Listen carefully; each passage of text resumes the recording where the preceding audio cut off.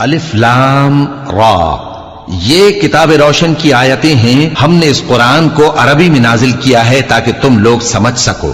اے پیغمبر، ہم اس قرآن کے ذریعے سے جو ہم نے تمہاری طرف بھیجا ہے تمہیں ایک نہایت اچھا قصہ سناتے ہیں، اور تم اس سے پہلے بے خبر تھے.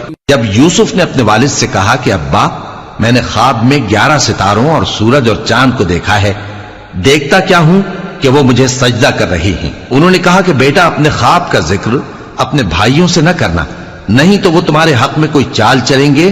کچھ شک نہیں کہ شیطان انسان کا کھلا دشمن ہے، اور اسی طرح اللہ تمہیں برگزیدہ و ممتاز کرے گا اور خواب کی باتوں کی تعبیر کا علم سکھائے گا.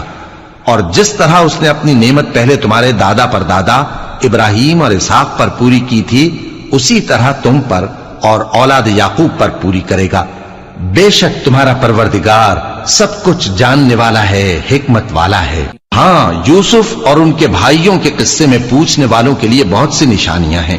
جب انہوں نے آپس میں تذکرہ کیا کہ یوسف اور اس کا بھائی ابا کو ہم سے زیادہ پیارے ہیں، حالانکہ ہم جماعت کی جماعت ہیں، کچھ شک نہیں کہ ابا کھلی غلطی پر ہیں. یوسف کو یا تو جان سے مار ڈالو یا کسی ملک میں پھینک آؤ، پھر ابا کی توجہ صرف تمہاری طرف ہو جائے گی، اور اس کے بعد تم نیک لوگوں میں ہو جاؤ گے. ان میں سے ایک کہنے والے نے کہا کہ یوسف کو جان سے نہ مارو، کسی اندھے کنویں میں ڈال دو کہ کوئی راہگیر اسے نکال کر کسی دوسرے ملک میں لے جائے گا. اگر تم کو کرنا ہی ہے تو یوں کرو. یہ مشورہ کر کے وہ اپنے والد سے کہنے لگے کہ ابا جان، کیا سبب ہے کہ آپ یوسف کے بارے میں ہمارا اعتبار نہیں کرتے، حالانکہ ہم اس کے خیر خواہ ہیں.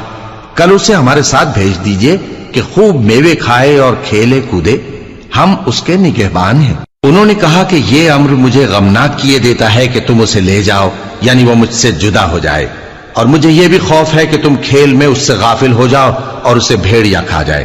وہ کہنے لگے کہ اگر ہماری موجودگی میں کہ ہم ایک طاقتور جماعت ہیں اسے بھیڑیا کھا گیا تو ہم بڑے نقصان میں پڑ گئے.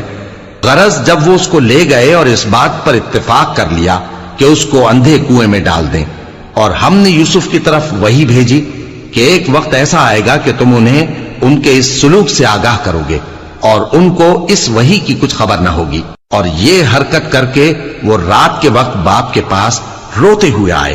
کہنے لگے کہ ابا جان، ہم تو دوڑنے اور ایک دوسرے سے آگے نکلنے میں مصروف ہو گئے اور یوسف کو اپنے اسباب کے پاس چھوڑ گئے تو اسے بھیڑیا کھا گیا، اور آپ ہماری بات کو گو ہم سچ ہی کہتے ہیں باور نہیں کریں گے.